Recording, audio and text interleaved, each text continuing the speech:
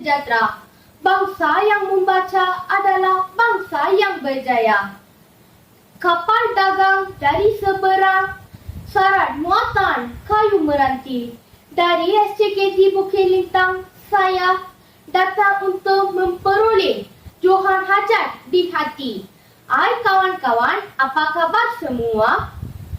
Sebelum saya membicarakan buku, izinkan saya memperkenalkan diri saya. Nama diberi Mitran Prabhakaran. Saya murid tahun 6 dari Sekolah Jenis Kebangsaan Tamil Bukit Lintang, Melaka. Hobi saya ialah membaca. Ini kerana membaca meningkatkan ilmu pengetahuan saya, menambahkan imajinasi saya serta dapat mengisi masa lapang saya dengan berfaedah. Pada hari ini, saya akan membicarakan tentang sebuah buku cerita yang telah saya baca baru-baru ini. Saya berpendapat kandungan buku cerita ini mengandungi banyak pengajaran kepada kita. Kawan-kawan, tajuk buku cerita kegemaran saya ialah Si Tanggang Anak Derhaka.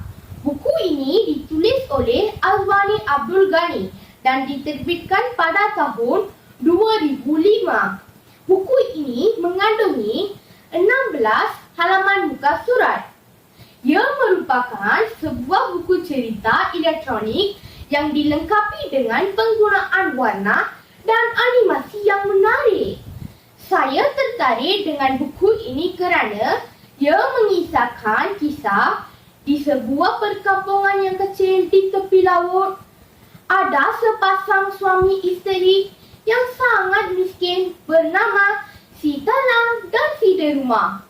Mereka mempunyai seorang anak diberi nama Si Tanggang. Kehidupan mereka sekeluarga amat susah. Si Tanggang sangat rapat dengan ibunya. Dia juga melihat kasihan kedua-dua orang tuanya terpaksa keluar bekerja. Maka pada suatu hari, Si Tanggang meminta izin daripada ibunya untuk bekerja dan mencari harta kekayaan bagi mengurangkan bebanan orang tuanya. Si Tanggang pun mula mencari harta kekayaan. Pada suatu hari, semasa sedang bersampan, seorang nakoda kapal telah menangkapnya lalu memaksa Tanggang untuk menjadi orang suruhannya. Nakoda tersebut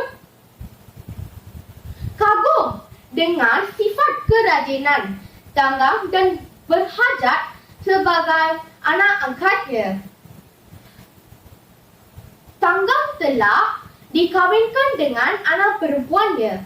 Setelah nakoda itu meninggal dunia, Si Tanggang akan menggantikan tempatnya dan digelar sebagai nakoda Tanggang. Disebabkan oleh kemahirannya, nakoda Tanggang telah menjadi seorang saudagar yang kaya raya. Pada suatu hari, semasa sedang berlayar dengan isterinya, ada sebuah sampan yang kecil menuju ke arah kapalnya. Alangkah terkejut dan malunya Si Tanggang apabila melihat pasangan tua yang sudah uzur dan sangat miskin di depan matanya. Mereka adalah ibu bapanya sendiri.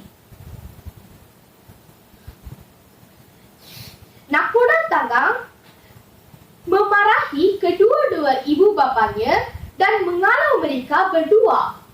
Dengan sedih dan kecewanya, Si Deruma berdoa bahawa tunjuklah balasan yang setimpal kepada anak yang menderhaka kepada kedua-dua ibu bapanya.